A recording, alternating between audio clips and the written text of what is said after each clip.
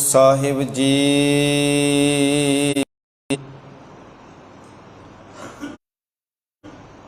ਵਾਹਿਗੁਰੂ ਸਾਹਿਬ ਜੀ।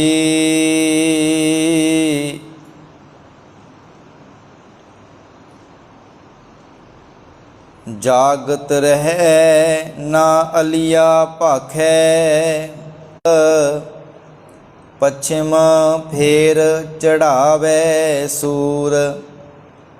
ਅਜਾਰ ਜਰੈ ਸੋ ਨਿਝਾਰ ਚਰੈ, ਜੰਗਨਾਥ ਸਿਉ ਗੋਸ਼ਟ ਕਰੈ। ਚੌਮੁਖ ਦੀਵਾ ਜੋਤ ਦੁਆਰ, ਪੱਲੂ ਅਨੰਤ ਮੂਲ ਵਿਚਕਾਰ। ਸਰਬ ਕਲਾਲੇ ਆਪੇ ਰਹੈ, ਮਨ ਮਾਣਕ ਰਤਨਾ ਮਹਿ ਗੁਹੈ। ਮਸਤਕ ਪਦਮ ਦੁਆਲੇ ਮਣੀ, ਮਾਹੇ ਨਿਰੰਜਨ ਤ੍ਰਿਭਵਨ ਤਣੀ।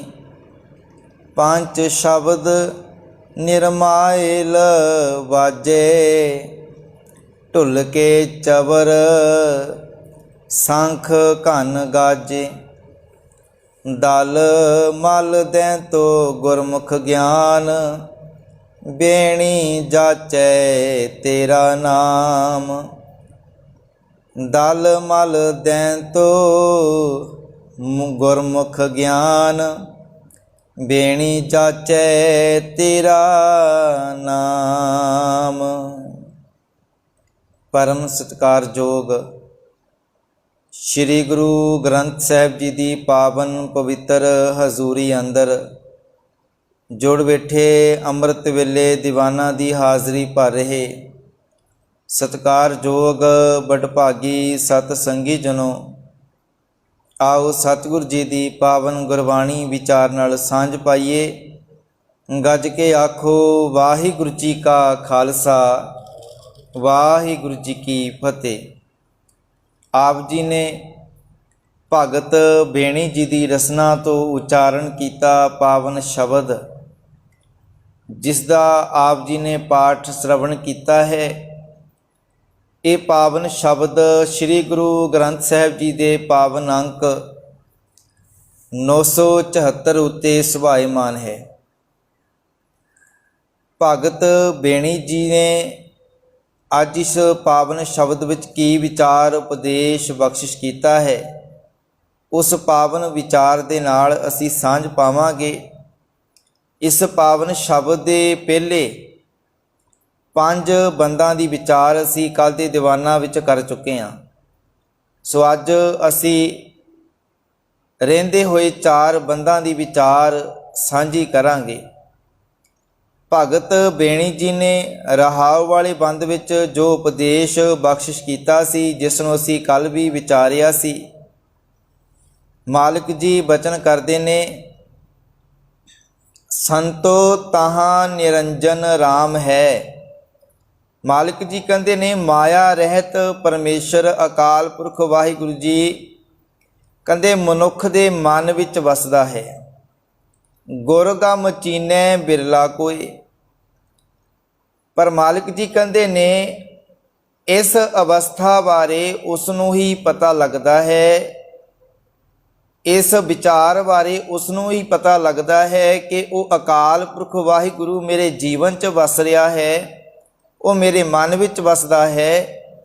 ਜਿਹੜਾ ਗੁਰੂ ਦੀ ਸ਼ਰਨ ਵਿੱਚ ਜਾ ਕੇ ਪ੍ਰਭੂ ਦੀ ਸਿਫਤ ਸਲਾਹ ਵਡਿਆਈ ਕਰਦਾ ਹੈ, ਤਾਹਾਂ ਨਿਰੰਜਨ ਰਮਈਆ ਹੋਏ। ਉਸ ਨੂੰ ਇਸ ਗੱਲ ਦੀ ਸਮਝ ਹੋ ਜਾਂਦੀ ਹੈ, ਆਪਣੇ ਜੀਵਨ ਦੇ ਵਿੱਚ ਉਹ ਉਸ ਮਾਲਕ ਵਾਹਿਗੁਰੂ ਨੂੰ ਪ੍ਰਗਟ ਕਰ ਲੈਂਦਾ ਹੈ, ਉਹ ਜਾਣ ਲੈਂਦਾ ਹੈ। ਜਦੋਂ ਸਤਿਗੁਰ ਦੀ ਗੋਦ ਵਿੱਚ ਸਤਿਗੁਰ ਦੀ ਸ਼ਰਨ ਵਿੱਚ ਬੈਠਦਾ ਹੈ, ਗੁਰੂ ਦੀ ਮੱਤ ਨੂੰ ਅਪਣਾਉਂਦਾ ਹੈ ਕਿ ਉਹ ਅਕਾਲ ਪੁਰਖ ਵਾਹਿਗੁਰੂ ਮੇਰੇ ਮਨ ਵਿੱਚ ਵਸ ਰਿਹਾ ਹੈ। ਤੇ ਗੁਰੂ ਪਿਆਰ ਵਾਲਿਓ, ਫਿਰ ਆਪਣੇ ਜੀਵਨ ਦੇ ਅੰਦਰ ਮਨ ਚਾਉ ਭਇਆ ਪ੍ਰਭ ਆਗਮ ਸੁਣਿਆ, ਉਹਦੀ ਅਵਸਥਾ ਇਹੋ ਜਿਹੀ ਬਣ ਜਾਂਦੀ ਆ ਕਿ ਪ੍ਰਭੂ ਦੇ ਆਉਣ ਦੇ ਨਾਲ ਉਹਦੇ ਮਨ ਵਿੱਚ ਚਾਅ, ਉਤਸ਼ਾਹ, ਖੇੜਾ, ਆਨੰਦ ਪੈਦਾ ਹੋ ਜਾਂਦਾ ਹੈ। ਹੁਣ ਭਗਤ ਬੇਣੀ ਜੀ ਨੇ ਇਸ ਪਾਵਨ ਸ਼ਬਦ ਦੇ ਅੰਦਰ ਉਸ ਮਨੁੱਖ ਦੇ ਜੀਵਨ ਦੀ ਗੱਲ ਕੀਤੀ ਹੈ ਜਿਸ ਮਨੁੱਖ ਦਾ ਮਨ ਪ੍ਰਭੂ ਨਾਲ ਮਿਲ ਗਿਆ ਹੈ, ਜਿਸ ਮਨੁੱਖ ਦਾ ਮਨ ਪ੍ਰਭੂ ਦੇ ਚਰਨਾਂ ਨਾਲ ਜੁੜ ਗਿਆ ਹੈ, ਜਿਹਨੇ ਰੱਬੀ ਗੁਣਾਂ ਨੂੰ ਜੀਵਨ 'ਚ ਵਸਾ ਲਿਆ ਹੈ।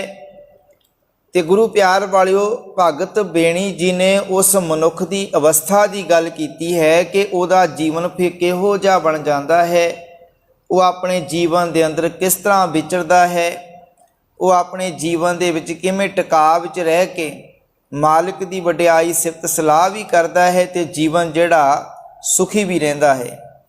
ਭਗਤ ਬੇਣੀ ਜੀ ਅੱਜ ਜਿਹੜੇ 6 ਨੰਬਰ ਬੰਦ ਵਿੱਚ ਜੋ ਵਿਚਾਰ ਬਖਸ਼ਿਸ਼ ਕਰਦੇ ਨੇ, ਜਾਗਤ ਰਹਿ ਨਾ ਅਲੀਆ ਭਾਖੈ। ਅਲੀਆ ਦਾ ਅਰਥ ਹੈ ਝੂਠ। ਮਾਲਿਕ ਜੀ ਕਹਿੰਦੇ ਨੇ ਹੁਣ ਜਿਸ ਮਨੁੱਖ ਦਾ ਮਨ ਪ੍ਰਭੂ ਦੇ ਚਰਨਾਂ ਨਾਲ ਜੁੜ ਗਿਆ, ਕਹਿੰਦੇ ਜਿਸ ਦੀ ਉਹ ਆਤਮਿਕ ਅਵਸਥਾ ਉੱਚੀ ਹੋ ਜਾਂਦੀ ਆ, ਮਾਲਿਕ ਜੀ ਕਹਿੰਦੇ ਜਿਸ ਦੀ ਸੋਚ, ਜਿਸ ਦੀ ਸਮਝ ਉੱਚੀ ਹੋ ਜਾਂਦੀ ਹੈ ਗੁਰੂ ਦੇ ਚਰਨਾਂ ਵਿੱਚ ਜੁੜ ਕਰਕੇ, ਕਹਿੰਦੇ ਉਹ ਮਨੁੱਖ ਜਿਹੜਾ ਜਾਗਤ ਰਹੇ, ਕਹਿੰਦੇ ਉਹ ਮਨੁੱਖ ਵੀ ਸਦਾ ਜਾਗਦਾ ਰਹਿੰਦਾ ਆ, ਸੁਚੇਤ ਰਹਿੰਦਾ ਹੈ।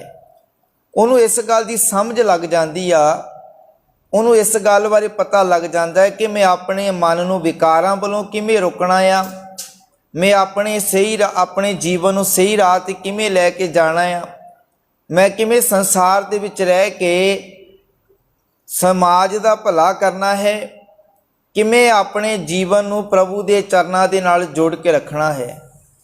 ਉਹਦਾ ਜੀਵਨ ਜਿਹੜਾ ਇਸ ਗੱਲੋਂ ਸੁਚੇਤ ਹੋ ਜਾਂਦਾ ਹੈ, ਉਹ ਸਮਝ ਵਾਲਾ ਬਣ ਜਾਂਦਾ ਆ। ਨਾ ਅਲੀਆ ਭਾਖੇ, ਕਹਿੰਦੇ ਫਿਰ ਉਹ ਕਦੇ ਵੀ ਝੂਠ ਨਹੀਂ ਬੋਲਦਾ, ਆਪਣੇ ਸਵਾਰਥ ਵਾਸਤੇ ਵੀ ਝੂਠ ਨਹੀਂ ਬੋਲਦਾ, ਆਪਣੇ ਫਾਇਦੇ ਵਾਸਤੇ ਵੀ ਫਿਰ ਉਹ ਜੀਵਨ ਵਿੱਚ ਕਦੇ ਝੂਠ ਨਹੀਂ ਬੋਲਦਾ। ਭਾਵ ਕਿ ਉਹ ਝੂਠ ਬੋਲ ਕੇ ਕੇਵਲ ਆਪਣੇ ਭਲਾ ਨਹੀਂ ਕਰਦਾ, ਉਹ ਕੇਵਲ ਆਪਣੇ ਬਾਰੇ ਨਹੀਂ ਸੋਚਦਾ।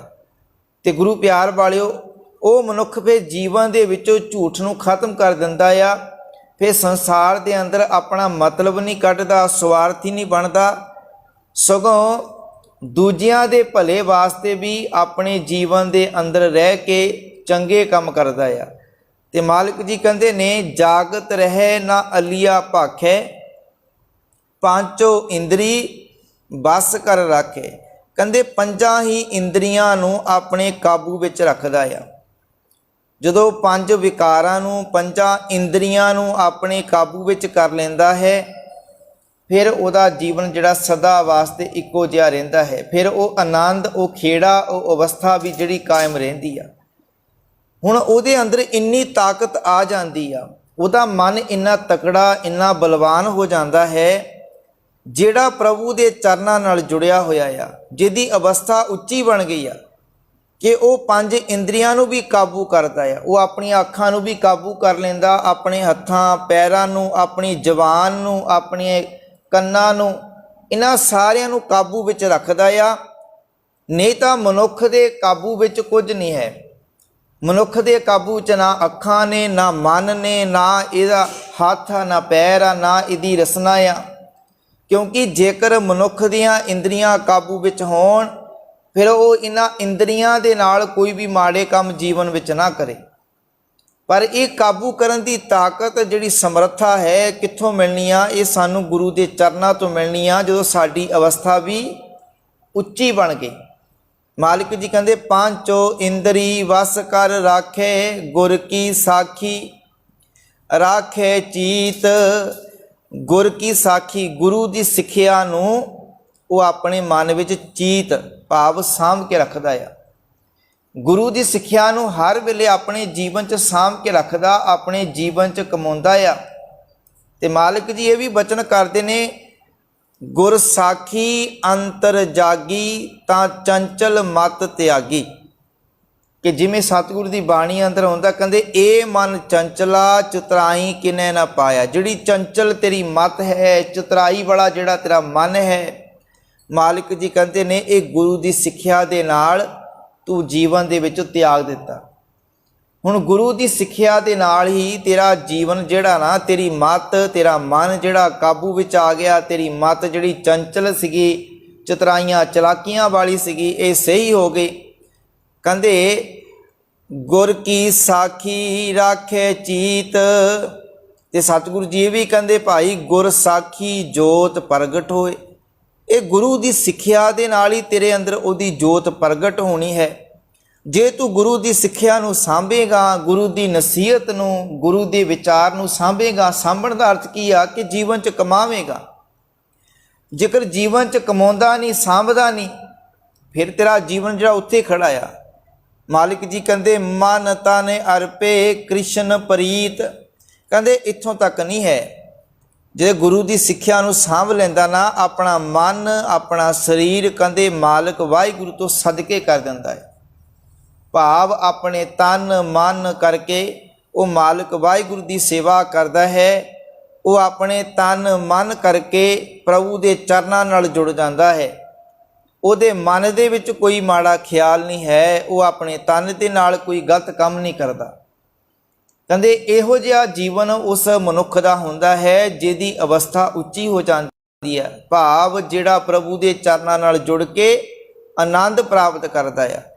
ਕਰ ਪੱਲਵ ਸ਼ਾਖਾ ਵਿਚਾਰੇ, ਕਰ ਦਾ ਅਰਥ ਹੁੰਦਾ ਹੈ ਹੱਥ ਦੀਆਂ ਉਂਗਲਾਂ, ਪੱਲਵ ਦਾ ਅਰਥ ਹੁੰਦਾ ਪੱਤਰ। ਅੱਗੇ ਕਹਿੰਦੇ ਸ਼ਾਖਾ ਵਿਚਾਰੇ, ਟਹਿਣੀਆਂ। ਪੱਤਰ ਦਾ ਅਰਥ ਕੀ ਆ? ਭਾਵ ਕਿ ਪੱਤੇ, ਜਿਹੜੇ ਦਰਖਤ ਦੇ ਪੱਤੇ ਹੁੰਦੇ ਆ। ਹੁਣ ਵੇਖੋ ਜਿਹੜਾ ਇੱਕ ਰੁੱਖ ਹੁੰਦਾ ਆ, ਰੁੱਖ ਦੀਆਂ ਟਹਿਣੀਆਂ ਹੁੰਦੀਆਂ ਨੇ, ਫਿਰ ਉਹਦੇ ਪੱਤੇ ਹੁੰਦੇ ਆ।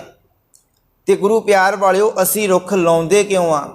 ਰੁੱਖ ਅਸੀਂ ਆਪਣੇ ਫਾਇਦੇ ਵਾਸਤੇ ਲਾਉਂਦੇ ਨਾ। ਰੁੱਖ ਲਾਵਾਂਗੇ ਮੌਸਮ ਠੀਕ ਰਹੇਗਾ, ਰੁੱਖ ਲਾਵਾਂਗੇ ਆਕਸੀਜਨ ਮਿਲੇਗੀ, ਰੁੱਖ ਲਾਵਾਂਗੇ ਅਸੀਂ ਫਿਰ ਕਿਸੇ ਦਿਨ ਉਸ ਰੁੱਖ ਦੀ ਛਾਂ ਵੀ ਮਾਣਾਂਗੇ। ਤੇ ਗੁਰੂ ਪਿਆਰ ਵਾਲਿਓ, ਮਾਲਕ ਜੀ ਕਹਿੰਦੇ ਨੇ ਹੁਣ ਜਿਹੜਾ ਰੁੱਖ ਹੈ, ਰੁੱਖ ਦੀਆਂ ਟਹਿਣੀਆਂ ਨੇ, ਪੱਤੇ ਨੇ, ਤੇ ਗੁਰੂ ਪਿਆਰ ਵਾਲਿਓ ਉਹੀ ਰੁੱਖ ਲਾਉਣ ਦਾ ਫਾਇਦਾ ਆ। ਜੇ ਉਹ ਰੁੱਖ ਲੱਗਾ ਹੋਇਆ ਆ ਤੇ ਜੇਕਰ ਫਿਰ ਉਹ ਛਾਂ ਵੀ ਦੇਵੇਗਾ, ਪਰ ਜੇਕਰ ਰੁੱਖ ਲੱਗਾ ਹੋਇਆ ਉਹਦੀ ਛਾਂ ਨਾ ਹੋਵੇ ਤੇ ਉਸ ਰੁੱਖ ਵੀ ਲਾਉਣ ਦਾ ਫਾਇਦਾ ਨਹੀਂ ਹੈ। ਉਹ ਜੇ ਸਾਨੂੰ ਆਕਸੀਜਨ ਨਹੀਂ ਦੇ ਰਿਹਾ, ਜੇਕਰ ਉਹਦੀ ਛਾਂ ਨਹੀਂ ਮਿਲ ਰਹੀ, ਮੰਨ ਲਓ ਕੋਈ ਬੰਦਾ ਧੁੱਪੇ ਖੜਾ ਹੈ ਤੇ ਛਾਵੇਂ ਜਾ ਕੇ ਉਹਦੀ ਛਾਂ ਨਹੀਂ ਪ੍ਰਾਪਤ ਕਰ ਸਕਦਾ, ਉਹ ਆਪਣੀ ਛਾਂ ਨਹੀਂ ਦੇ ਸਕਦਾ, ਫਿਰ ਉਸ ਰੁੱਖ ਦਾ ਵੀ ਕੋਈ ਫਾਇਦਾ ਨਹੀਂ ਹੈ। ਹੁਣ ਜਿਹੜਾ ਰੁੱਖ ਜਿਹਨੂੰ ਨਾ ਕੋਈ ਟਾਹਣੀ ਹੋਵੇ, ਨਾ ਕੋਈ ਪੱਤੇ ਹੋਣ, ਉਹਨੂੰ ਅਸੀਂ ਮੁਕੰਮਲ ਰੂਪ ਵਿੱਚ ਰੁੱਖ ਨਹੀਂ ਕਹਿ ਸਕਦੇ। ਅਸਲ ਵਿੱਚ ਰੁੱਖ ਉਹੀ ਆ ਜਿਹੜੀਆਂ ਟਹਿਣੀਆਂ ਵੀ, ਪੱਤੇ ਵੀ, ਜਿਹੜਾ ਛਾਂ ਵੀ ਦਿੰਦਾ ਆ। ਮਾਲਿਕ ਜੀ ਕਹਿੰਦੇ ਨੇ ਇਸੇ ਤਰ੍ਹਾਂ ਉਹ ਮਨੁੱਖ ਜਿਹੜਾ ਜਿਹਦੀ ਅਵਸਥਾ ਉੱਚੀ ਹੋਈ ਆ, ਮਾਲਿਕ ਜੀ ਕਹਿੰਦੇ ਨੇ ਉਹ ਆਪਣੀਆਂ ਹੱਥ ਦੀਆਂ ਉਂਗਲਾਂ, ਰੁੱਖਾਂ ਦੀਆਂ ਟਾਹਣੀਆਂ, ਪੱਤਰ ਸਮਝਦਾ। ਭਾਵ ਕਿ ਆਪਣੇ ਸਰੀਰ ਨੂੰ ਇੱਕ ਰੁੱਖ ਦੀ ਤਰ੍ਹਾਂ ਸਮਝਦਾ ਆ, ਤੇ ਆਪਣੇ ਜਿਸ ਤਰ੍ਹਾਂ ਰੁੱਖ ਦੀਆਂ ਟਾਹਣੀਆਂ, ਪੱਤੇ ਦੂਜਿਆਂ ਨੂੰ ਛਾਂ ਕਰਦੇ ਨੇ, ਉਹ ਵੀ ਸਮਾਜ ਦੇ ਅੰਦਰ ਆਪਣੇ ਹੱਥਾਂ ਦੇ ਨਾਲ ਚੰਗੇ ਕੰਮ ਕਰਕੇ ਸਮਾਜ ਨੂੰ ਛਾਂ ਕਰਦੇ ਨੇ। ਭਾਵ ਕਿ ਸਮਾਜ ਦਾ ਭਲਾ ਕਰਦੇ ਨੇ। ਹੁਣ ਜਿਹੜਾ ਰੁੱਖ ਆ ਉਹ ਵੀ ਕਿਸੇ ਦੇ ਭਲੇ ਵਾਸਤੇ ਲਾਇਆ ਜਾਂਦਾ ਆ। ਤੇ ਗੁਰੂ ਪਿਆਰ ਵਾਲੇ ਇਸੇ ਤਰ੍ਹਾਂ ਉਹ ਮਨੁੱਖ ਵੀ ਜਿਹੜੇ ਨਾ ਗੁਰਮੁਖ ਪਿਆਰੇ, ਗੁਰੂ ਨਾਲ ਜੁੜੇ ਹੋਏ, ਉਹ ਵੀ ਆਪਣੇ ਹੱਥਾਂ ਦੇ ਨਾਲ ਦੂਜਿਆਂ ਨੂੰ ਛਾਂ ਕਰਦੇ ਨੇ। ਭਾਵ ਕਿ ਦੂਜਿਆਂ ਦਾ ਭਲਾ ਕਰਦੇ ਨੇ। ਤੇ ਸਮਾਜ ਦੇ ਵਿੱਚ ਇਹੋ ਜਿਹੇ ਵੀ ਲੋਕ ਹਨ ਜਿਹੜੇ ਸਿਰਫ ਆਪਣੇ ਫਾਇਦੇ ਵਾਸਤੇ ਸਭ ਕੁਝ ਕਰਦੇ ਨੇ, ਉਹ ਕਿਸੇ ਦਾ ਕੋਈ ਭਲਾ ਨਹੀਂ ਕਰਦੇ, ਉੱਥੋਂ ਕਿਨਾਰਾ ਕਰ ਜਾਂਦੇ ਆ। ਉਹਨਾਂ ਨੂੰ ਇਹ ਹੁੰਦਾ ਕਿ ਭਾਈ ਇਹਦੇ ਵਿੱਚ ਸਾਡਾ ਕੀ ਫਾਇਦਾ, ਜੇ ਇਹਦਾ ਮੈਂ ਭਲਾ ਕਰਾਂਗਾ ਤੇ ਮੈਨੂੰ ਕੀ ਇਹਦੇ ਵਿੱਚ ਫਾਇਦਾ ਹੋਵੇਗਾ। ਸਮਾਜ ਵਿੱਚ ਇਹੋ ਜਿਹੇ ਵੀ ਲੋਕ ਵਿਚਰਦੇ ਆ। ਪਰ ਮਾਲਿਕ ਜੀ ਕਹਿੰਦੇ ਨੇ ਜਿਹੜੇ ਗੁਰਮੁਖ ਪਿਆਰੇ ਨੇ, ਰੱਬੀ ਰੂਹਾਂ ਨੇ, ਉਸ ਪ੍ਰਭੂ ਦੇ ਚਰਨਾਂ ਨਾਲ ਜੁੜੇ ਹੋਏ ਨੇ, ਕਹਿੰਦੇ ਉਹ ਸੰਸਾਰ ਨੂੰ, ਜਗਤ ਨੂੰ ਆਪਣੇ ਹੱਥੀਂ ਛਾਵਾਂ ਕਰਦੇ ਨੇ। ਭਾਵ ਆਪਣੇ ਹੱਥਾਂ ਦੇ ਨਾਲ ਚੰਗੇ ਕੰਮ ਕਰਦੇ ਨੇ, ਪਰਉਪਕਾਰ ਵਾਲੇ ਕੰਮ ਕਰਦੇ ਨੇ, ਜਿਵੇਂ ਉਹਦੇ ਨਾਲ ਫਿਰ ਸਮਾਜ ਦਾ ਭਲਾ ਹੁੰਦਾ ਆ। ਵੇਖੋ ਗੁਰੂ ਸਾਹਿਬਾਨਾਂ ਨੇ ਸਮਾਜ ਦੇ ਭਲੇ ਵਾਸਤੇ ਕਿੰਨੇ ਕੰਮ ਕੀਤੇ ਨੇ, ਕਿੰਨੇ ਕਾਰਜ ਕੀਤੇ ਨੇ। ਤੇ ਮਾਲਿਕ ਜੀ ਕਹਿੰਦੇ ਨੇ ਆਪਣਾ ਜਨਮ ਨਾ ਜੂਏ ਹਾਰੇ, ਕਹਿੰਦੇ ਇਸ ਵਾਸਤੇ ਉਹ ਮੂਲ ਪ੍ਰਭੂ ਨੂੰ ਛੱਡ ਕੇ, ਕਹਿੰਦੇ ਇਸ ਖਿਲਾਰੇ ਵਿੱਚ ਰੁੱਝ ਕੇ ਆਪਣੀ ਜ਼ਿੰਦਗੀ ਕਹਿੰਦੇ ਜੂਏ ਦੀ ਖੇਡ ਵਿੱਚ ਨਹੀਂ ਗਵਾਉਂਦੇ। ਮਾਲਿਕ ਜੀ ਦਾ ਬਚਨ ਆ, ਕਹਿੰਦੇ ਤਿੰਨੀ ਜਨਮ ਜੂਏ ਹਾਰਿਆ, ਕਹਿੰਦੇ ਉਹਨਾਂ ਮਨੁੱਖਾਂ ਦਾ ਜਨਮ ਜੂਏ ਵਿੱਚ ਹਾਰ ਜਾਂਦਾ ਆ ਜਿਹੜੇ ਮਨੁੱਖ ਆਪਣੇ ਜੀਵਨ ਦੇ ਅੰਦਰ ਉਸ ਪ੍ਰਭੂ ਦੇ ਚਰਨਾਂ ਨਾਲ ਨਹੀਂ ਜੁੜਦੇ। ਜੀਓ ਮੈਲੇ ਬਾਹਰੋਂ ਨਿਰਮਲ, ਬਾਹਰੋਂ ਤਾਂ ਨਿਰਮਲ ਜੀਓ, ਬਾਹਰੋਂ ਨਿਰਮਲ ਜੀਓ ਤਾਂ ਮੈਲੇ, ਸਤਿਗੁਰ ਤੇ ਕਰਨੀ ਕਮਾਣੀ। ਕੂੜ ਕੀ ਸੋਏ ਪਹੁੰਚੈ ਨਾਹੀ, ਮਨਸਾ ਸੱਚ ਸਮਾਣੀ। ਜਨਮ ਰਤਨ ਜਿਨੀ ਖਟਿਆ ਭਲੇ ਸੇਵਨ ਜਾਰੇ। ਜਨਮ ਰਤਨ ਜਿਨੀ ਖਟਿਆ, ਕਹਿੰਦੇ ਜਿਨ੍ਹਾਂ ਨੇ ਜਨਮ ਭਾਵ ਕੇ ਇਹ ਮਾਲਕ ਦੇ ਨਾਮ ਨੂੰ ਜਪ ਕੇ ਆਪਣੇ ਜੀਵਨ ਦਾ ਲਾਹਾ ਪ੍ਰਾਪਤ ਕੀਤਾ। ਗੁਰੂ ਪਿਆਰ ਵਾਲਿਓ, ਉਹਨਾਂ ਦਾ ਜਨਮ ਸਫਲਾ ਹੁੰਦਾ ਆ। ਹੁਣ ਵੇਖੋ ਜਿਹੜਾ ਇੱਕ ਜੂਆ ਖੇਡਣ ਵਾਲਾ ਬੰਦਾ ਕੀ ਕਰਦਾ ਆ, ਜਦੋਂ ਜੂਏ ਖੇਡਣ ਦੀ ਆਦਤ ਪੈ ਜਾਂਦੀ ਆ, ਉਹ ਜੂਏ ਵਿੱਚ ਫਿਰ ਆਪਣਾ ਘਰ ਦਾ ਸਾਰਾ ਸਮਾਨ ਵੀ ਵੇਚ ਦਿੰਦਾ ਆ, ਉਹ ਆਪਣੇ ਘਰ ਦਾ ਸਾਰਾ ਕੁਝ ਵੇਚ ਦਿੰਦਾ ਆ, ਕਿਉਂਕਿ ਜੂਏ ਖੇਡਣ ਦੀ ਲੱਤ ਲੱਗ ਗਈ ਆ। ਜਿਸ ਕਰਕੇ ਇਹ ਨਹੀਂ ਵੇਖਦਾ ਕਿ ਮੇਰੇ ਬੱਚਿਆਂ ਦੀ ਫੀਸ ਵੀ ਆ, ਮੈਂ ਬੱਚਿਆਂ ਨੂੰ ਵੀ ਪੜ੍ਹਾਉਣਾ, ਪਰਿਵਾਰ ਨੂੰ ਵੀ ਸਾਂਭਣਾ, ਮੈਂ ਆਪਣੇ ਪਰਿਵਾਰ ਨੂੰ ਵੀ ਪਾਲਣਾ ਆ। ਭਾਵੇਂ ਉਹ ਨਸ਼ੇ ਕਰਨ ਵਾਲਾ ਮਨੁੱਖ ਹੋਵੇ, ਚਾਹੇ ਜੂਆ ਕਰਨ ਵਾਲਾ ਖੇਡਣ ਵਾਲਾ ਹੋਵੇ, ਜਦੋਂ ਮਾੜੀ ਆਦਤ ਪੈ ਗਈ, ਲੱਤ ਲੱਗ ਗਈ, ਫਿਰ ਉਹ ਜ਼ਮੀਨਾਂ ਵੀ ਵੇਚ ਦੇਵੇਗਾ, ਘਰ-ਬਾਰ ਸਭ ਕੁਝ ਵੇਚ ਦੇਵੇਗਾ, ਪਰਿਵਾਰ ਨੂੰ ਸੜਕ 'ਤੇ ਲੈ ਆਵੇਗਾ। ਤੇ ਜੂਏ ਖੇਡਣ ਵਾਲੇ ਮਨੁੱਖ ਦੀ ਇਹ ਹਾਲਤ ਹੁੰਦੀ ਆ। ਇਸੇ ਤਰ੍ਹਾਂ ਹੀ ਕਹਿੰਦੇ ਉਹ ਗੁਰਮੁਖ ਪਿਆਰੇ ਕਹਿੰਦੇ ਆਪਣੇ ਜਨਮ ਨੂੰ ਕਹਿੰਦੇ ਇਸ ਜ਼ਿੰਦਗੀ ਜੂਏ ਦੀ ਖੇਡ ਵਿੱਚ ਨਹੀਂ ਹਾਰਦੇ, ਉਹ ਹਮੇਸ਼ਾ ਹੀ ਆਪਣੇ ਜਨਮ ਨੂੰ ਸਫਲਾ ਕਰਦੇ ਨੇ। ਆਪਣੇ ਜਨਮ ਦੇ ਅੰਦਰ ਚੰਗਾ ਕੰਮ ਕਰਕੇ, ਦੂਜਿਆਂ ਦਾ ਭਲਾ ਕਰਕੇ ਆਪਣੇ ਜੀਵਨ ਨੂੰ ਕਹਿੰਦੇ ਜਿੱਤ ਲੈਂਦੇ ਨੇ। ਮਨੁੱਖਾਂ ਜਨਮ ਦੀ ਬਾਜੀ ਜਿੱਤ ਲੈਂਦੇ ਨੇ। ਅੱਗੇ ਬਚਨ ਕਰਦੇ ਨੇ, ਅਸੁਰ ਨਦੀ ਕਾ ਬੰਦੇ ਪੂਲ। ਅਸੁਰ ਨਦੀ ਭਾਵ ਵਿਕਾਰਾਂ ਦੀ ਨਦੀ, ਕਹਿੰਦੇ ਵਿਕਾਰਾਂ ਦੀ ਨੀਂਦ ਦਾ ਸੋਮਾ ਹੀ ਕਹਿੰਦੇ ਉਹ ਬੰਦ ਕਰ ਦਿੰਦੇ ਆ। ਜਿਹੜੀ ਵਿਕਾਰਾਂ ਦੀ ਨਦੀ ਹੁੰਦੀ ਨਾ ਜੀਵਨ ਦੇ ਵਿੱਚ ਵਗ ਰਹੀ ਹੁੰਦੀ ਆ, ਮਾਲਕ ਜੀ ਕਹਿੰਦੇ ਵਿਕਾਰਾਂ ਦੀ ਨਦੀ ਨੂੰ ਉਹ ਬੰਦ ਕਰ ਦਿੰਦੇ ਨੇ। ਭਾਵ ਉਹਨਾਂ ਦੇ ਜੀਵਨ ਵਿੱਚ ਜਿਹੜੇ ਵਿਕਾਰ ਆਉਂਦੇ ਨਹੀਂ, ਬੁਰਾਈ ਉਹਨਾਂ ਦੇ ਜੀਵਨ ਦੇ ਨੇੜੇ ਨਹੀਂ ਆਉਂਦੀ, ਜਿਹੜੇ ਆਪਣੇ ਜੀਵਨ ਨੂੰ ਮਾਲਕ ਦੇ ਚਰਨਾਂ ਨਾਲ ਜੋੜ ਕੇ ਬੈਠੇ ਆ। ਪੱਛਮ ਫੇਰ ਚੜਾਵੇ ਸੂਰ, ਕਹਿੰਦੇ ਮਨ ਨੂੰ ਅਗਿਆਨਤਾ ਦੇ ਹਨੇਰੇ ਵੱਲੋਂ ਪਰਤਾ ਕੇ ਕਹਿੰਦੇ ਫਿਰ ਗਿਆਨ ਦਾ ਸੂਰਜ ਚੜਾਉਂਦੇ ਨੇ। ਹੁਣ ਪੱਛਮ ਦਾ ਅਰਥ ਭਾਵ ਕਿ ਲਹਿੰਦਾ ਪਾਸਾ ਕਹਿ ਦਿੰਦੇ ਆ। ਤੇ ਗੁਰੂ ਪਿਆਰ ਵਾਲੇ ਮਾਲਕ ਜੀ ਕਹਿੰਦੇ ਜਿੱਧਰ ਸੂਰਜ ਡੁੱਬਦਾ ਆ, ਹੁਣ ਪੱਛਮ ਵਾਲੇ ਪਾਸੇ ਜਿਹੜਾ ਸੂਰਜ ਡੁੱਬਦਾ ਆ, ਕਹਿੰਦੇ ਉਹ ਪਾਸਾ ਜਿੱਥੇ ਗਿਆਨ ਦੇ ਸੂਰਜ ਦੇ ਡੁੱਬਣ ਦਾ ਖਤਰਾ ਹੁੰਦਾ ਹੈ। ਹੁਣ ਮਾਲਕ ਜੀ ਕਹਿੰਦੇ ਨੇ, ਹੁਣ ਦੇਖੋ ਪੱਛਮ ਫੇਰ ਚੜਾਵੇ ਸੂਰ। ਮਾਲਕ ਜੀ ਕਹਿੰਦੇ ਨੇ ਮਨ ਨੂੰ ਅਗਿਆਨਤਾ ਦੇ ਹਨੇਰੇ ਵੱਲੋਂ ਪਰਤਾ ਕੇ ਉਹ ਗਿਆਨ ਦਾ ਸੂਰਜ ਆਪਣੇ ਜੀਵਨ 'ਚ ਚੜਾਉਂਦੇ ਨੇ। ਭਾਵ ਕਿ ਹੁਣ ਦੇਖੋ ਸੂਰਜ ਜਿੱਧਰ ਸੂਰਜ ਡੁੱਬਦਾ ਆ, ਇਹਦਾ ਅਰਥ ਕੀ ਆ? ਭਾਵ ਕਿ ਜਿੱਧਰ ਸੂਰਜ ਡੁੱਬਦਾ ਆ, ਪੱਛਮ ਵੱਲ ਡੁੱਬਦਾ ਤੇ ਉਧਰੋਂ ਚੜ੍ਹਦਾ, ਭਾਵ ਕਿ ਉਲਟ ਪਾਸਿਓਂ ਚੜ੍ਹਦਾ। ਜਿਵੇਂ ਅਸੀਂ ਕਈ ਵਾਰੀ ਕਹਿ ਦਿੰਦੇ ਆ, ਹੁਣ ਜਿਹੜਾ ਮਨੁੱਖ ਹੱਥ ਦਾ ਗਲਤ ਕੰਮ ਕਰਦਾ ਹੋਵੇ, ਮਾੜੇ ਪਾਸੇ ਪਿਆ ਹੋਵੇ, ਸਾਨੂੰ ਜਿਸ ਤੋਂ ਕੋਈ ਉਮੀਦ ਨਾ ਹੋਵੇ ਕਿ ਬੰਦੇ ਨੇ ਵੀ ਸੁਧਰ ਜਾਣਾ ਆ, ਪਰ ਜਦੋਂ ਉਹ ਅਚਾਨਕ ਸੁਧਰ ਜਾਂਦਾ, ਉਹਦੇ ਜੀਵਨ 'ਚ ਬਦਲਾਅ ਆ ਜਾਂਦਾ, ਅਸੀਂ ਫਿਰ ਕਹਿੰਦੇ ਨਾ ਕਈ ਵਾਰੀ ਕਿ ਭਾਈ ਅੱਜ ਤਾਂ ਸੂਰਜ ਪੂਰਬ ਵਾਲੇ ਪਾਸੇ ਚੜ੍ਹਿਆ ਆ, ਅੱਜ ਤਾਂ ਸੂਰਜ ਹੀ ਪੁੱਠੇ ਪਾਸੇ ਚੜ੍ਹ ਗਿਆ ਆ। ਹੈਰਾਨੀ ਹੁੰਦੀ ਆ ਉਸ ਨੂੰ ਵੇਖ ਕੇ। ਭਾਵ ਕਿ ਜਿਹੜਾ ਬੰਦਾ ਨਸ਼ਿਆਂ 'ਚ ਮਾੜੇ ਕੰਮਾਂ 'ਚ ਪਿਆ ਹੋਇਆ ਸੀਗਾ, ਜਦੋਂ ਅੱਜ ਦਾ ਜੀਵਨ ਬਦਲ ਗਿਆ, ਮਾੜੇ ਕੰਮ ਕਰਨੇ ਛੱਡ ਦਿੱਤੇ, ਤੇ ਸਾਨੂੰ ਹੈਰਾਨੀ ਹੁੰਦੀ ਕਿ ਆਹ ਬੰਦਾ ਕਿਵੇਂ ਸੁਧਰ ਗਿਆ, ਇਹਦੇ ਤਾਂ ਹਾਲਾਤ ਲੱਗਦੇ ਨਹੀਂ ਸੀਗੇ, ਇਹ ਤਾਂ ਕੰਮ ਛੱਡਣ, ਇਹ ਤਾਂ ਇੱਕ ਸਕਿੰਟ ਵੀ ਇਹਨਾਂ ਮਾੜੇ ਕੰਮਾਂ ਤੋਂ ਬਿਨਾਂ ਰਹਿ ਨਹੀਂ ਸਕਦਾ ਜੀ, ਅੱਜ ਇਹ ਕਿਵੇਂ ਸੁਧਰ ਗਿਆ। ਭਾਵ ਕਿ ਸੂਰਜ ਜਿਹੜਾ ਪੁੱਠੇ ਪਾਸੇ ਕਿਵੇਂ ਚੜ੍ਹ ਗਿਆ। ਮਾਲਕ ਜੀ ਕਹਿੰਦੇ ਨੇ ਇਸੇ ਤਰ੍ਹਾਂ ਹੀ ਉਹ ਆਪਣੇ ਮਨ ਨੂੰ ਅਗਿਆਨਤਾ ਦੇ ਹਨੇਰੇ ਵੱਲੋਂ ਪਰਤਾ ਕੇ, ਭਾਵ ਕਿ ਮਨ ਜਿਹੜਾ ਪਹਿਲਾਂ ਅਗਿਆਨਤਾ ਵੱਲ ਜਾਂਦਾ ਸੀ, ਮਨ ਜਿਹੜਾ ਅਗਿਆਨੀ ਸੀ, ਜੀਵਨ ਅੰਦਰ ਸਮਝ ਨਹੀਂ ਸੀ, ਵਹਿਮਾਂ ਭਰਮਾਂ 'ਚ ਫਸਿਆ ਹੋਇਆ ਸੀ, ਕਹਿੰਦੇ ਫਿਰ ਉਹ ਆਪਣੇ ਮਨ ਨੂੰ ਅਗਿਆਨਤਾ ਵੱਲੋਂ ਮੋੜ ਕੇ, ਮਾੜੇ ਪਾਸਿਓਂ ਮੋੜ ਕੇ ਕਹਿੰਦੇ ਗਿਆਨ ਦਾ ਸੂਰਜ ਆਪਣੇ ਜੀਵਨ ਵਿੱਚ ਚੜ੍ਹਾਉਂਦੇ ਨੇ। ਉਹ ਆਪਣੇ ਜੀਵਨ ਅੰਦਰ ਸਮਝ ਲੈ ਕੇ ਆਉਂਦੇ ਨੇ, ਗਿਆਨ ਲੈ ਕੇ ਆਉਂਦੇ ਨੇ, ਜਿਹੜੇ ਰੱਬ ਨਾਲ ਜੁੜੇ ਹੋਏ ਨੇ।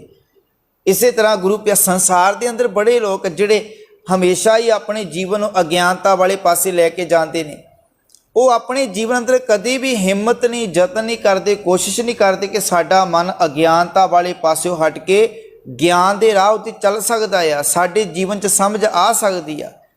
ਸੰਸਾਰ ਅੰਦਰ ਇਹੋ ਜਿਹਾ ਕੋਈ ਕੰਮ ਨਹੀਂ ਹੈ ਜਿਹੜਾ ਕੀਤਾ ਨਹੀਂ ਜਾ ਸਕਦਾ ਹੋਵੇ। ਅਸੰਭਵ ਕੰਮ ਨੂੰ ਵੀ ਮਨੁੱਖ ਸੰਭਵ ਕਰ ਸਕਦਾ ਆ, ਪਰ ਜੀਵਨ ਦੇ ਅੰਦਰ ਹਿੰਮਤ ਚਾਹੀਦੀ ਆ, ਜੀਵਨ ਅੰਦਰ ਭਰੋਸਾ ਚਾਹੀਦਾ ਕਿ ਭਾਈ ਆਹ ਕੰਮ ਮੈਂ ਕਰ ਸਕਦਾ ਹਾਂ। ਗੁਰੂ ਪਿਆਰ ਵਾਲਿਓ, ਅੱਜ ਵੇਖੋ ਮਨੁੱਖ ਨੇ ਕੀ ਕੁਝ ਨਹੀਂ ਕਰ ਲਿਆ। ਕੋਈ ਸਮਾਂ ਹੁੰਦਾ ਸੀ ਮਨੁੱਖ ਗੱਡੀਆਂ ਤੇ ਜਾਂਦਾ ਸੀਗਾ, ਕੋਈ ਮਨੁੱਖ ਸਮਾਂ ਹੁੰਦਾ ਸੀ ਮਨੁੱਖ ਜਿਹੜਾ ਪਾਣੀ ਵਾਸਤੇ ਤਰਸਦਾ ਹੁੰਦਾ ਸੀਗਾ। ਪਿੰਡਾਂ ਵਿੱਚ ਇੱਕ ਦਾ ਖੂਹ ਹੋਣਾ, ਤੇ ਪਹਿਲਾਂ ਮਨੁੱਖ ਕੱਚੀਆਂ ਘਰਾਂ ਵਿੱਚ ਇਸ ਤਰ੍ਹਾਂ ਬਣਾ ਕੇ ਰਹਿੰਦਾ ਸੀ, ਸਮਾਂ ਟਾਈਮ ਪਾਸ ਕਰਦਾ ਸੀ। ਕਦੇ ਮਨੁੱਖ ਨੇ ਲਾਈਟ ਨਹੀਂ ਵੇਖੀ ਸੀਗੀ, ਸਿਰਫ ਦੀਵੇ ਬਾਲ ਕੇ ਗੁਜ਼ਾਰਾ ਕੀਤਾ ਆ। ਪਰ ਗੁਰੂ ਪਿਆਰ ਵਾਲਿਓ, ਅੱਜ ਵੇਖੋ ਮਨੁੱਖ ਕਿੱਥੇ ਪਹੁੰਚ ਗਿਆ ਆ।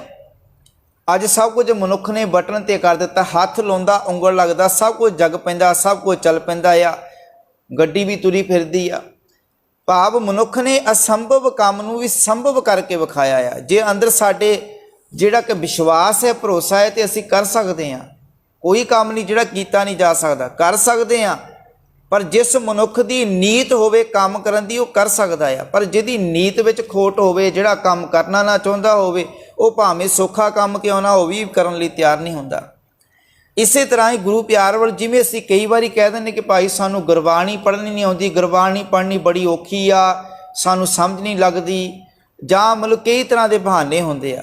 ਪਰ ਗੁਰੂ ਪਿਆਰ ਵਾਲਿਓ, ਮਨੁੱਖ ਗੁਰਬਾਣੀ ਪੜ੍ਹਨੀ ਵੀ ਸਿੱਖ ਸਕਦਾ ਆ, ਗੁਰਬਾਣੀ ਦੇ ਮੁਤਾਬਕ ਜਿਉਣਾ ਵੀ ਸਿੱਖ ਸਕਦਾ ਆ। ਪਰ ਜੀਵਨ 'ਚ ਭਰੋਸਾ ਵਿਸ਼ਵਾਸ ਹੋਵੇ ਨਾ ਕਿ ਭਾਈ ਆਹ ਕੰਮ ਮੈਂ ਕਰ ਸਕਦਾ ਆ, ਇਹ ਕੰਮ ਮੈਂ ਕਰਾਂਗਾ ਤਾਂ ਮੇਰਾ ਜੀਵਨ ਸੁਖੀ ਰਹੇਗਾ। ਵੈਸੇ ਤਾਂ ਵੇਖਿਆ ਜਾਵੇ ਮਨੁੱਖ ਆਪਣੇ ਜੀਵਨ ਅੰਦਰ ਉਹੀ ਕੰਮ ਕਰਦਾ ਜਿਹਦੇ ਵਿੱਚ ਇਹਨੂੰ ਫਾਇਦਾ ਹੋਵੇ, ਜਿਹਦੇ ਵਿੱਚ ਇਹਦਾ ਭਲਾ ਹੋਵੇ, ਕਿਸੇ ਹੋਰ ਦਾ ਭਲਾ ਨਾ ਹੋਵੇ। ਮਨੁੱਖ ਉਹ ਕੰਮ ਸਮਾਜ ਦੇ ਵਿੱਚ ਕਰਦਾ ਆ ਜਿੱਥੇ ਪਹਿਲਾਂ ਵੇਖਦਾ ਕਿ ਭਾਈ ਇਸ ਬੰਦੇ ਤੋਂ ਮੈਨੂੰ ਕੀ ਫਾਇਦਾ ਹੋਵੇਗਾ, ਮੇਰਾ ਕਿਹੜਾ ਸਵਾਰਥ ਪੂਰਾ ਹੋਵੇਗਾ, ਫਿਰ ਉਹਦਾ ਸਾਥ ਦਿੰਦਾ ਆ, ਫਿਰ ਉਹਦਾ ਭਲਾ ਕਰਦਾ ਆ। ਪਰ ਇਸ ਵਾਸਤੇ ਦੂਜੇ ਦਾ ਭਲਾ ਨਹੀਂ ਕਰਦਾ ਕਿ ਭਾਈ ਇਹਦਾ ਵੀ ਭਲਾ ਹੋ ਜਾਵੇ, ਕਿਤੇ ਇਹਨੂੰ ਵੀ ਕੋਈ ਫਾਇਦਾ ਹੋ ਜਾਵੇ। ਮਾਲਿਕ ਜੀ ਕਹਿੰਦੇ ਨੇ, ਅਜਰ ਜਰੇ ਸੋ ਨਿਚਾਰ ਚਰੇ। ਕਹਿੰਦੇ ਉਹਦੇ ਅੰਦਰ ਇੱਕ ਪ੍ਰਭੂ ਦੇ ਮਿਲਾਪ ਦਾ ਚਸ਼ਮਾ ਫੁੱਟ ਜਾਂਦਾ ਆ। ਭਾਵ ਕਿ ਉਹ ਐਸੀ ਮੌਜ ਆਨੰਦ ਮਾਣਦਾ ਜੀਵਨ ਦੇ ਵਿੱਚ, ਕਹਿੰਦੇ ਜਿਸ ਨੂੰ ਕਦੇ ਵਡੇਪਾ ਭਾਵ ਜੋ ਕਦੇ ਮੁੱਕਦੀ ਨਹੀਂ। ਇਹੋ ਜਿਹਾ ਆਨੰਦ, ਇਹੋ ਜਿਹੀ ਮੌਜ ਉਹਦੇ ਜੀਵਨ ਦੇ ਅੰਦਰ ਬਣਦੀ ਆ ਕਿ ਜਿਹੜੀ ਕਦੇ ਮੁੱਕ ਹੀ ਨਹੀਂ ਸਕਦੀ।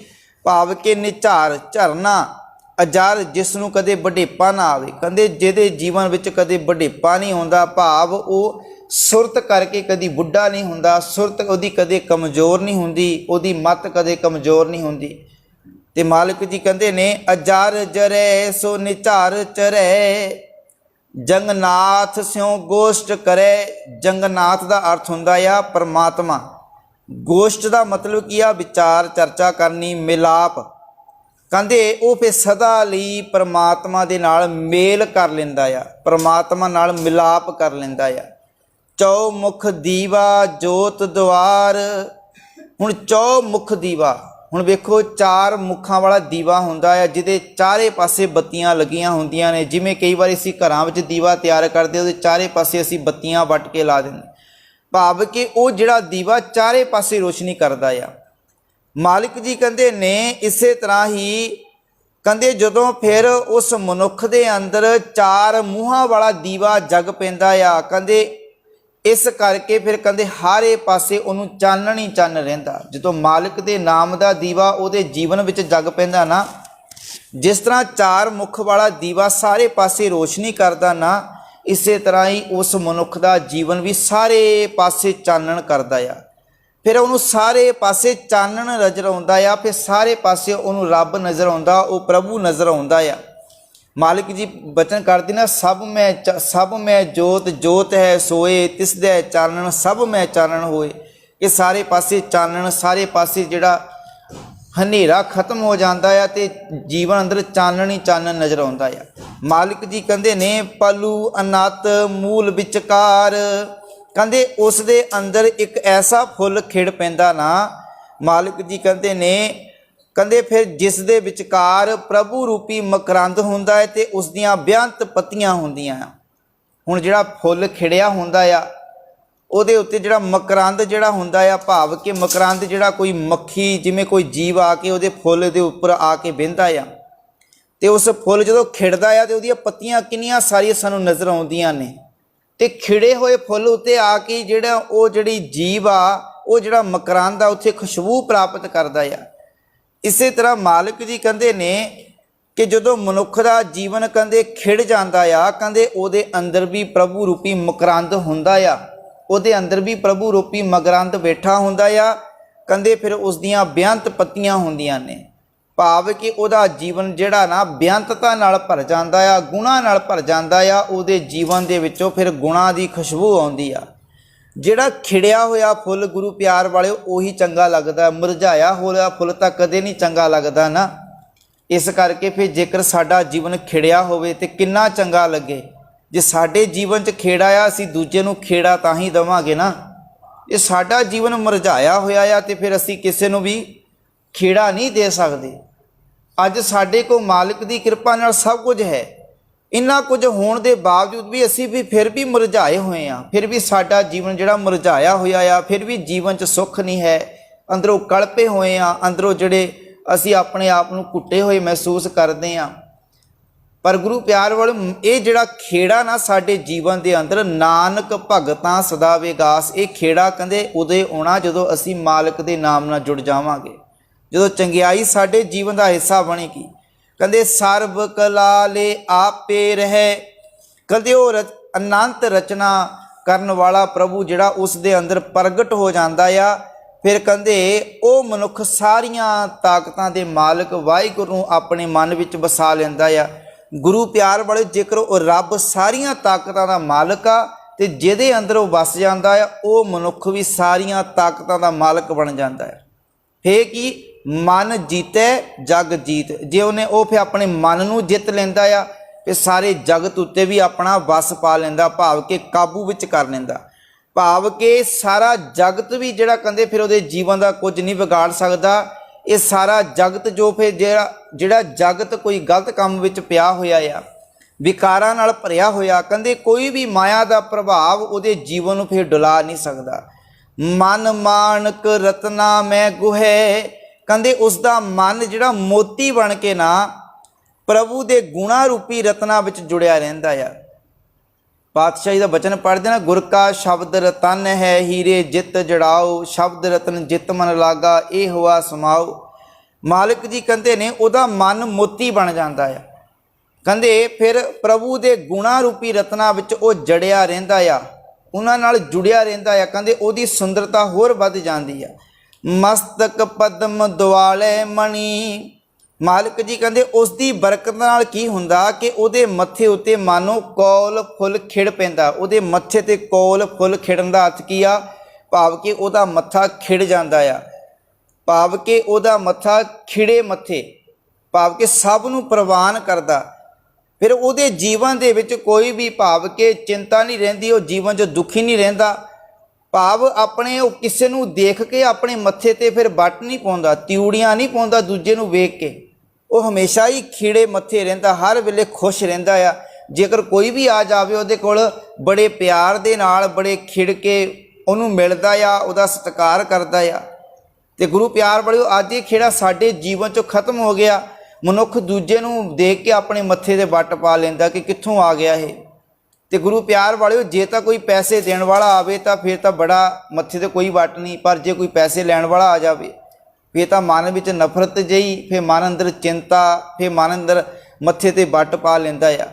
ਮਾਲਕ ਜੀ ਕਹਿੰਦੇ ਉਹ ਗੁਰਮੁਖ ਪਿਆਰੇ ਹਮੇਸ਼ਾ ਹੀ ਉਹਨਾਂ ਦੇ ਮਸਤਕ ਜਿਹੜੇ ਮੱਥੇ ਆ ਖਿੜੇ ਰਹਿੰਦੇ ਆ। ਭਾਵ ਅੰਦਰ ਕੋਈ ਨਫ਼ਰਤ ਨਹੀਂ ਹੈ, ਈਰਖਾ ਨਹੀਂ ਹੈ, ਅੰਦਰ ਕੋਈ ਦਵੈਸ਼ ਭਾਵਨਾ ਨਹੀਂ ਹੈ, ਅੰਦਰੋਂ ਵੀ ਖਿੜਿਆ ਰਹਿੰਦਾ ਜੀਵਨ। ਮਾਲਕ ਜੀ ਕਹਿੰਦੇ ਨੇ ਮਨ ਮਾਹੇ ਨਿਰੰਜਨ ਤ੍ਰਿਭਵਨ ਧਣੀ, ਕਹਿੰਦੇ ਉਹਦੇ ਅੰਦਰ ਤ੍ਰਿਲੋਕੀ ਦਾ ਮਾਲਕ ਅਕਾਲ ਪੁਰਖ ਵਾਹਿਗੁਰੂ ਜਿਹੜਾ ਆ ਟਿਕਦਾ ਹੈ। ਪੰਜ ਸ਼ਬਦ ਨਿਰਮਾਇਲ ਵਾਜੇ, ਕਹਿੰਦੇ ਉਹਨਾਂ ਅੰਦਰ ਇੱਕ ਇਹੋ ਜਿਹਾ ਸੁੰਦਰ ਰਾਗ ਹੁੰਦਾ ਆ, ਭਾਵ ਕਿ ਪੰਜੇ ਕਿਸਮਾਂ ਦੇ ਸੋਹਣੇ ਸਾਜ਼ ਵੱਜ ਜਾਂਦੇ। ਭਾਵ ਉਹਨਾਂ ਦਾ ਜੀਵਨ ਨਿਰਮਲ ਪਵਿੱਤਰ ਸੋਹਣਾ ਹੋ ਜਾਂਦਾ ਆ, ਉਹਨਾਂ ਅੰਦਰ ਪਵਿੱਤਰਤਾ ਆ ਜਾਂਦੀ ਆ, ਉਹਨਾਂ ਦਾ ਜੀਵਨ ਸੋਹਣਾ ਬਣ ਜਾਂਦਾ ਆ। ਭਾਵ ਜਦੋਂ ਆਪਣੇ ਮਾਲਿਕ ਦੀ ਸਿਫਤ ਸਲਾਹ ਵਡਿਆਈ ਕਰਦੇ ਨੇ ਜੀਵਨ ਦੇ ਵਿੱਚ, ਫਿਰ ਉਹਨਾਂ ਦੇ ਅੰਦਰ ਆਨੰਦ ਖੇੜਾ ਪੈਦਾ ਹੁੰਦਾ ਆ। ਢੁੱਲ ਕੇ ਚਵਰ ਸੰਖ ਘਨ ਗਾਜੇ, ਕਹਿੰਦੇ ਵੇਖੋ ਜਦੋਂ ਕੋਈ ਬਾਦਸ਼ਾਹ ਆ, ਕੋਈ ਰਾਜਾ ਆ, ਕਹਿੰਦੇ ਉਹਦੇ ਬੜੇ ਬੜੇ ਸੰਖ ਵੱਜਦੇ ਆ, ਚੋਰ ਝੁੱਲਦੇ ਆ। ਭਾਵ ਕਿ ਮਾਲਕ ਜੀ ਕਹਿੰਦੇ ਇਸੇ ਤਰ੍ਹਾਂ ਉਸ ਮਨੁੱਖ ਦਾ ਜੀਵਨ ਵੀ ਕਹਿੰਦੇ ਸ਼ਾਨਸ਼ਾਹਾਂ ਦਾ ਵੀ ਸ਼ਾਹ ਬਣ ਜਾਂਦਾ ਆ, ਪਾਤਸ਼ਾਹਾਂ ਦਾ ਵੀ ਪਾਤਸ਼ਾਹ ਬਣ ਜਾਂਦਾ, ਉਹ ਰਾਜਿਆਂ ਦਾ ਰਾਜਾ, ਬਾਦਸ਼ਾਹਾਂ ਦਾ ਬਾਦਸ਼ਾਹ ਬਣ ਜਾਂਦਾ। ਉਹਦਾ ਜੀਵਨ, ਉਹਦਾ ਮਨ ਕਹਿੰਦੇ ਫਿਰ ਉਹਦੀ ਵੀ ਵਡਿਆਈ ਸਿਫਤ ਸਲਾਹ ਹੁੰਦੀ ਆ। ਪਾਤਸ਼ਾਹੀ ਦਾ ਬਚਨ ਪੜ੍ਹਦੇ ਨਾ ਮਾਲਿਕ ਜੀ ਕਹਿੰਦੇ ਨੇ, ਸੋ ਜਿਸਨੋਂ ਬਖਸ਼ੇ ਸਿਫਤ ਸਲਾਹ ਨਾਨਕ ਪਾਤਸ਼ਾਹੀ ਪਾਤਸ਼ਾਹ, ਕਿ ਜਿਹਨੂੰ ਆਪਣੀ ਉਹ ਸਿਫਤ ਸਲਾਹ ਬਖਸ਼ਦਾ ਨਾ, ਉਹ ਪਾਤਸ਼ਾਹਾਂ ਦਾ ਵੀ ਪਾਤਸ਼ਾਹ ਬਣ ਜਾਂਦਾ ਆ। ਮਾਲਿਕ ਜੀ ਕਹਿੰਦੇ ਦਲ ਮਲ ਦੈਂਤੋ ਗੁਰਮੁਖ ਗਿਆਨ, ਕਹਿੰਦੇ ਸਤਿਗੁਰੂ ਦਾ ਮਿਲਿਆ ਹੋਇਆ ਗਿਆਨ, ਇਹ ਪ੍ਰਭੂ ਦਾ ਨਾਮ ਦਾ ਇਹ ਜਿਹੜਾ ਮਿਲਿਆ ਹੋਇਆ ਗਿਆਨ, ਕਹਿੰਦੇ ਇਹ ਚਾਨਣ ਮਨੁੱਖ ਦੇ ਜੀਵਨ ਵਿੱਚੋਂ ਕਹਿੰਦੇ ਵਿਕਾਰਾਂ ਨੂੰ ਮੁਕਾਰ ਦਿੰਦਾ। ਜੀਵਨ 'ਚੋਂ ਮੈਲ ਵਿਕਾਰ ਇਹ ਖਤਮ ਹੋ ਜਾਂਦੇ ਨੇ ਗੁਰੂ ਦੇ ਗਿਆਨ ਦੇ ਨਾਲ, ਸਮਝ ਨਾਲ। ਬੇਣੀ ਜਾਚੈ ਤੇਰਾ ਨਾਂ, ਮਾਲਕ ਜੀ ਬਚਨ ਕਰਦੇ ਨੇ ਅਖੀਰ ਵਿੱਚ। ਭਗਤ ਬੇਣੀ ਜੀ ਆਖਦੇ, ਹੇ ਪ੍ਰਭੂ ਦਾਸ ਬੇਣੀ ਵੀ ਤੇਰੇ ਦਰ ਤੋਂ ਇਹੀ ਨਾਮ ਮੰਗਦਾ ਆ, ਜਿਸ ਨਾਮ ਦੀ ਗੱਲ ਅਸੀਂ ਸਾਰੀ ਇਸ ਸ਼ਬਦ ਵਿੱਚ ਕਰਕੇ ਆਏ ਆ। ਜਦੋਂ ਸਾਡਾ ਜੀਵਨ ਨਾਮ ਕੀ ਆ, ਨਾਮ ਦੇ ਨਾਲ, ਸਿਮਰਨ ਦੇ ਨਾਲ, ਰੱਬੀ ਗੁਣਾਂ ਨਾਲ ਜੁੜ ਜਾਵੇਗਾ, ਫਿਰ ਗੁਰੂ ਪਿਆਰ ਵਾਲਿਓ ਸਾਡੀ ਅਵਸਥਾ ਵੀ ਇਦਾਂ ਦੀ ਬਣ ਜਾਵੇਗੀ। ਫਿਰ ਸਾਨੂੰ ਵੀ ਉਹ ਮਾਲਕ ਹੀ ਸਾਰੇ ਪਾਸੇ ਨਜ਼ਰ ਆਵੇਗਾ, ਸਾਡਾ ਜੀਵਨ ਵੀ ਉੱਚਾ ਬਣ ਜਾਵੇਗਾ, ਸਾਡਾ ਜੀਵਨ ਵੀ ਖਿੜਿਆ ਰਹੇਗਾ, ਹਰਾ ਭਰਾ ਰਹੇਗਾ। ਸੋ ਸਾਡਾ ਜੀਵਨ ਵੀ ਦੂਜਿਆਂ ਨੂੰ ਛਾਂ ਕਰੇਗਾ, ਦੂਜਿਆਂ ਨੂੰ ਸੁੱਖ ਦੇਵੇਗਾ। ਸੋ ਮਾਲਕ ਜੀ ਕਿਰਪਾ ਰਹਿਮਤ ਕਰਨ ਕਿ ਸਾਨੂੰ ਵੀ ਇਹ ਨਾਮ ਦੀ ਦਾਤ ਮਿਲ ਜਾਵੇ, ਸਾਨੂੰ ਵੀ ਇਹ ਗੁਣ ਪ੍ਰਾਪਤ ਹੋ ਜਾਣ, ਜਿਸ ਕਰਕੇ ਸਾਡਾ ਜੀਵਨ ਜਿਹੜਾ ਗੁਣਾਂ ਵਾਲਾ ਬਣ ਜਾਵੇ। ਸੋ ਵਿਚਾਰਾਂ ਕਰਦੇ ਹਾਂ ਪੁਰਨਾਂ ਦੀ ਖੇਮਾ, ਫਤਿਹ ਨਾਲ ਸਾਂਝ ਪਾਈਏ। ਵਾਹਿਗੁਰੂ ਜੀ ਕਾ ਖਾਲਸਾ, ਵਾਹਿਗੁਰੂ ਜੀ ਕੀ ਫਤਿਹ।